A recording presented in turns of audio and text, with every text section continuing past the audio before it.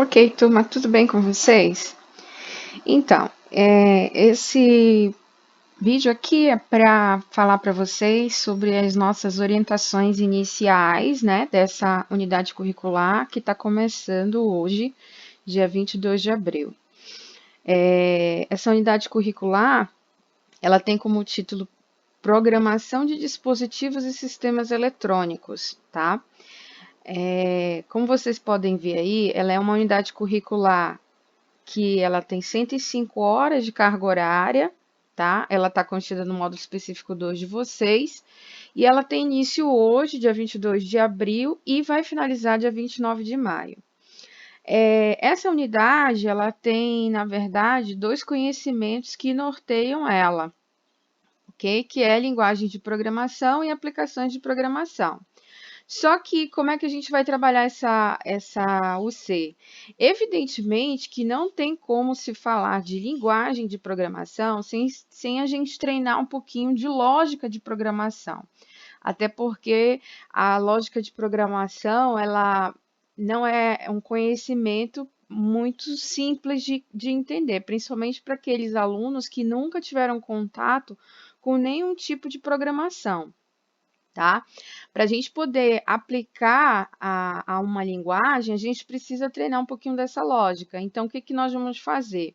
No primeiro momento, a gente vai trabalhar um pouquinho, né, de lógica de programação, utilizando uma ferramenta para trabalhar esses programas, que é a ferramenta que a gente vai utilizar é o Portugal Studio, que vai ser apresentado para vocês, tá?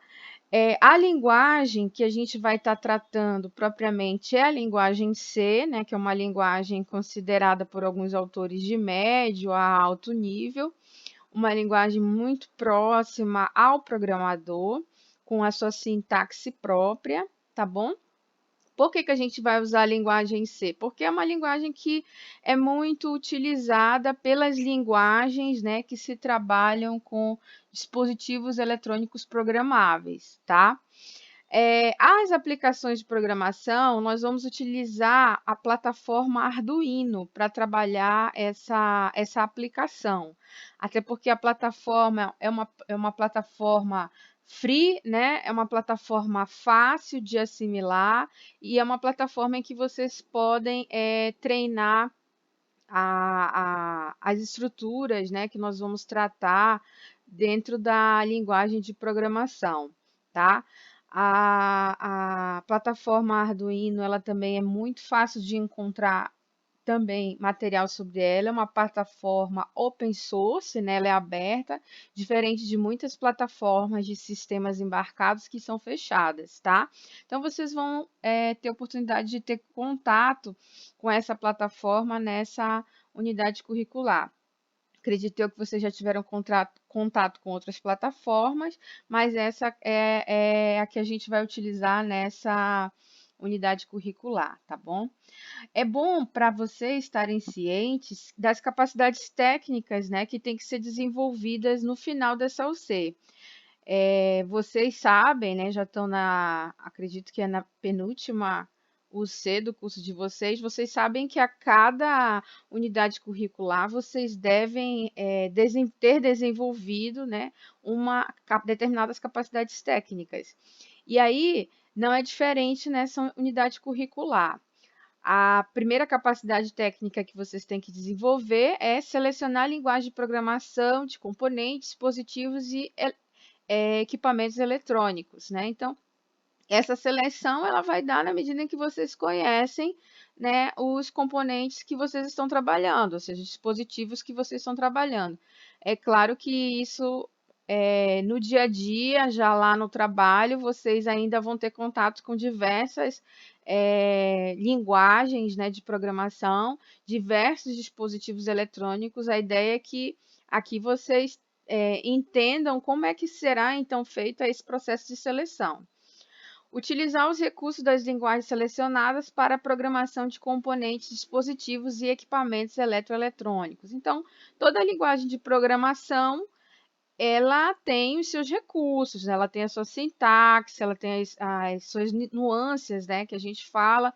Então, a linguagem de programação Python é diferente da linguagem de programação C, que é diferente da linguagem de programação Delphi, enfim, cada linguagem tem seus recursos, mas assim, existe um corpo central de todas as linguagens de programação estruturada, o nome está falando, né? Linguagem de programação estruturada. Então, existem estruturas que, na verdade, o que vai mudar é só a sintaxe, mas as estruturas, elas são comuns às linguagens de programação. Então, o que é importante agora, nesse momento do aprendizado, é que a gente entenda essas estruturas, para que, quando tiver contato com os diferentes tipos de linguagem, a gente saiba utilizar os seus recursos.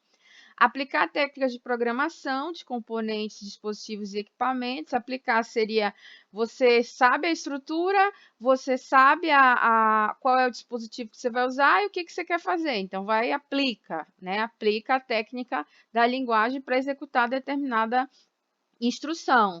Por exemplo, eu quero que um robô se movimente para a esquerda. Então eu vou aplicar uma linguagem, né, uma técnica da linguagem de programação que eu estou usando daquele dispositivo para ele se deslocar para a esquerda. Como fazer isso? Então é isso que vocês vão a gente vai tentar aqui estar passando para vocês os fundamentos. Utilizar softwares específicos para programação de dispositivos e equipamentos eletrônicos. Então, nós vamos estar trabalhando com duas ferramentas, né? O Portugal Studio para estar treinando ou relembrando, dependendo dos colegas que têm alguma habilidade já desenvolvida aí, a parte de lógica de programação, inicialmente em Portugal, que é a linguagem mais próxima da nossa língua portuguesa, né? Então, a gente vai ver os comandos muito próximo à nossa linguagem. E depois a gente vai aplicar utilizando o ThinkCAD, que é uma ferramenta online da Autodesk, né, que já tem muita coisa a ser utilizada, a ser aplicada da plataforma open source do Arduino, tá bom? Então, a gente vai estar utilizando essas duas ferramentas na nossa aula. Nossa metodologia de avaliação é aqui, gente. A gente vai ter notas individuais para compor a média teórica de vocês. Então, a primeira nota vai ser um somatório de atividades avaliativas contínuas. O que é isso? A gente vai estar passando atividades que vão valer nota, atividades pequenas, né? Depois, a gente vai fazer um trabalho avaliativo teórico, vai valer 10 pontos. E aí, vai compor isso a média teórica de vocês. As notas individuais, para a composição da média prática, elas vão partir de duas situações de aprendizagem, tá? A situação de aprendizagem 1, que vai ser em equipe, e a situação de aprendizagem 2, que vai ser em equipe. A gente já vai falar para vocês quando é que é a data delas.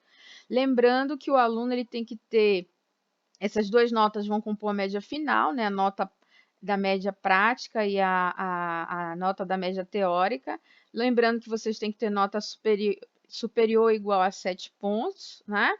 Vai ser oportunizada a avaliação de recuperação paralela, né, caso haja necessário, nas avaliações individuais, né, que vocês não alcançarem nessas notas parciais.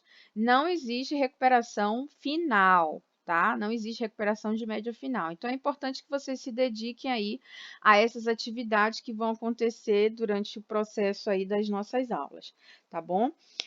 Qualquer dúvida, usem o Remind para tirar as dúvidas de vocês, usem a sala de aula, deixem seus comentários lá, tá bom? A gente também vai utilizar o bate-papo do Gmail para fazer Hangout. Nós vamos utilizar a plataforma Zoom, que mais tarde eu vou explicar para vocês como é que vocês vão trabalhar com ela, tá bom? Até a próxima aula, turma!